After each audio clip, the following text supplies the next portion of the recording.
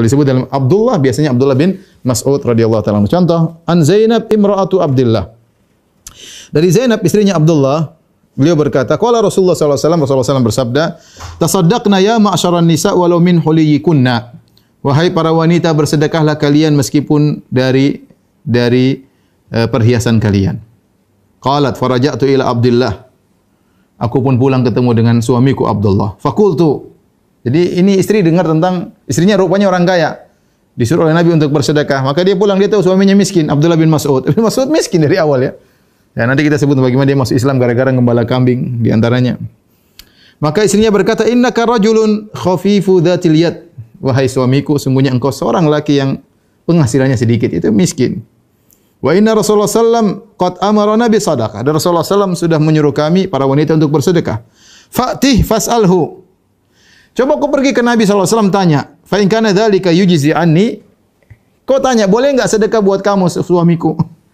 Wa illa saraftuha ila ghairikum. Kalau enggak saya sedekah kepada orang lain. Kalau boleh sedekah buat engkau suamiku, ini uang saya punya uang, perhiasan saya sedekah buat engkau dan itu cukup saya dapat pahala, ya sudah, ngapain saya kasih orang lain?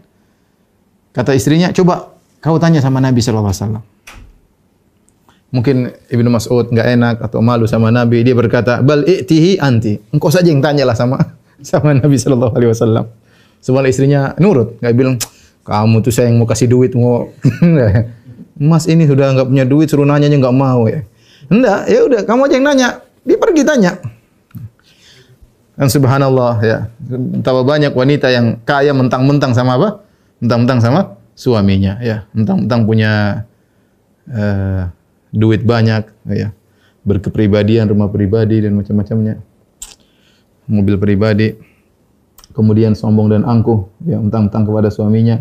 Maka fantolaktu fa idza imra'atun minal ansar bi babi Rasulillah. Aku pun pergi menuju Rasulullah sallallahu alaihi wasallam. Tiba-tiba ada seorang wanita ya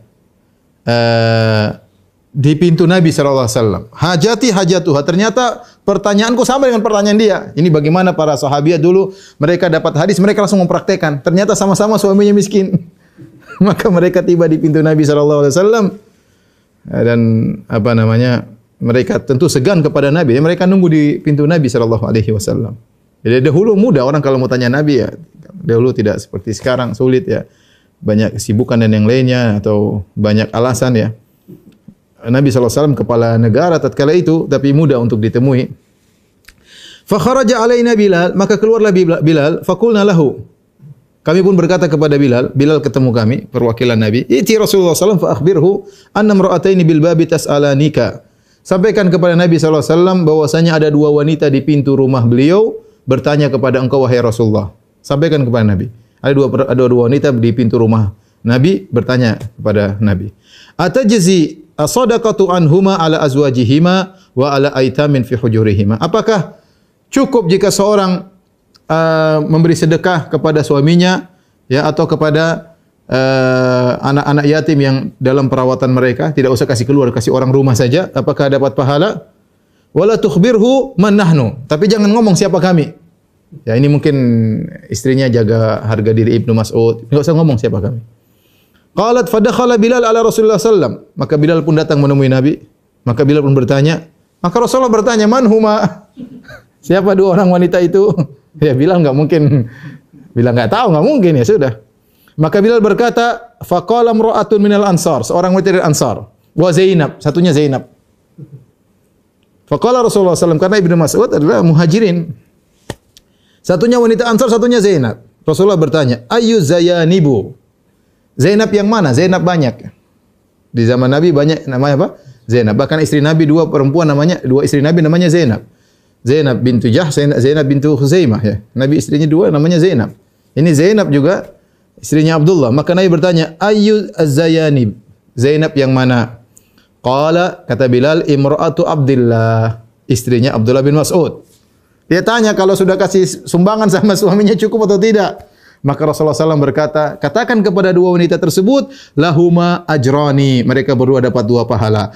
Ajrul qarabah, pahala karena kerabat suami, wa ajrul sadaqah, dan dapat pahala sedekah. Makanya kalau kita bersedekah buat kerabat dekat, dapat dua pahala.